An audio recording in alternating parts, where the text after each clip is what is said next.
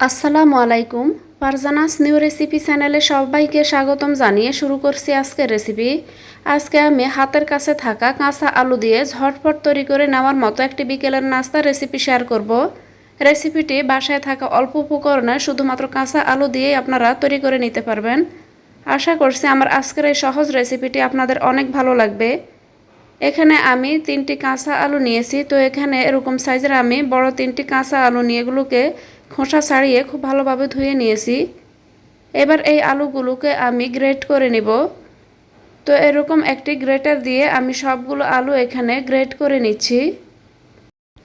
বিকেলে চায়ের সাথে বা রমজানের সময় ইফতারিতে আপনারা এভাবে আলু দিয়ে এই পাকোড়া রেসিপিটি তৈরি করে নিতে পারবেন।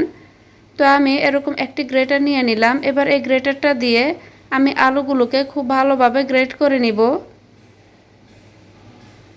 তো এখানে আমি সবগুলো আলু একইভাবে গ্রেট করে নিচ্ছি। একটি আলু আমি এখানে গ্রেট করে নিলাম। এবার এই আলুগুলোকে আমি না ধুয়ে সরাসরি এখানে অন্যান্য উপকরণ মিশিয়ে তারপর আমি পাকোড়াগুলো তৈরি করে নিব। তো এখানে আমি এবার দিয়ে দিচ্ছি পেঁয়াজ কুচি, সাথে দিয়ে দিব এখানে কাঁচামরিচ কুচি। তো যে যেরকম ঝাল খেতে পছন্দ করেন ঝাল বুঝে এখানে কাঁচামরিচটা অ্যাড করবেন। দিয়ে দিব ধনিয়া পাতা কুচি, হলুদ গুঁড়া, ধনিয়া গুঁড়া, ভাজা জিরার গুঁড়া, স্বাদ মতো লবণ, দিয়ে দিব 1/3 কাপ পরিমাণ বেসন, 1/3 কাপ পরিমাণ চালের গুঁড়া। আমি এখানে পরবর্তীতে আরও 2 টেবিল চামচ করে বেসন ও চালের গুঁড়া অ্যাড করব। তো প্রথমে আমি এখানে 1/3 কাপ পরিমাণ বেসন ও চালের গুঁড়া দিয়ে এগুলোকে মাখিয়ে নিচ্ছি।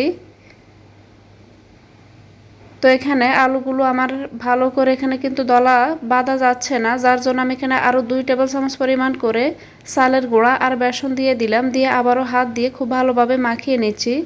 যখন দেখবেন যে আলুগুলোকে পাকোড়ার মতো শেপ করে নেওয়া যায় তখন বুঝবেন এটি পারফেক্টভাবে মাখানো হয়ে গেছে।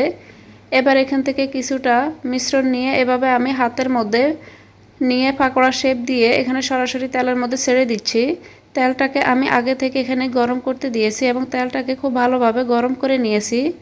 চুলার আঁচটা কিন্তু বাড়িয়ে রেখে এই পাকোড়াগুলো ভাজা যাবে না, মিডিয়াম থেকে একটু লো হিটে রেখে আমি আলুগুলোকে ভেজে নিব। তবে তেলটাকে মিডিয়াম গরম করে তারপরে আপনারা আলুর পাকোড়াগুলোকে দিয়ে দিবেন। খুব বেশি ঠান্ডা অবস্থায় কিন্তু ঠান্ডা তেলের মধ্যে পাকোড়াগুলো দিলে এই পাকোড়াগুলো অনেক বেশি তেল অ্যাবজর্ব করে নেবে, যার কারণে এখানে তেলটা যখন মোটামুটি গরম হয়ে যাবে তখন চুলার আঁচটা মিডিয়াম থেকে লো হিটে রেখে এই পাকোড়াগুলোকে কিছুক্ষণ পর উল্টে পাল্টে আমি ভেজে নিচ্ছি। আর আলুগুলো গ্রেট করার পরে আপনারা যদি সাথে সাথে পাকোড়াগুলো না ভাজেন সেক্ষেত্রে আলুগুলোকে অবশ্যই একবার পানি দিয়ে ধুয়ে নেবেন, ধুয়ে পানিটাকে ঝরিয়ে নেবেন। আমি যেহেতু সাথে সাথে বানিয়েছি সেই জন্য আমি এখানে আলুগুলোকে না ধুয়ে সরাসরি অন্যান্য উপকরণ মিশিয়ে আমি পাকোড়াগুলোকে বানিয়ে নিচ্ছি।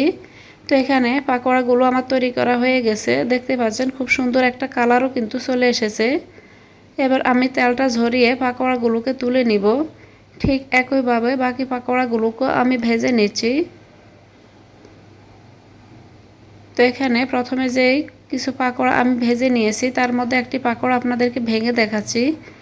তো দেখলেন তো খুব সহজে কিন্তু শুধুমাত্র হাতের কাছে থাকা আলু দিয়ে ঝটপট আপনারা এই রেসিপিটি তৈরি করে নিতে পারবেন। আশা করছি আমার আজকের এই রেসিপিটি আপনাদের ভালো লেগেছে। আল্লাহর কাছে সবার সুস্থতা ও মঙ্গল কামনা করে আজ এখানেই বিদায় নিব।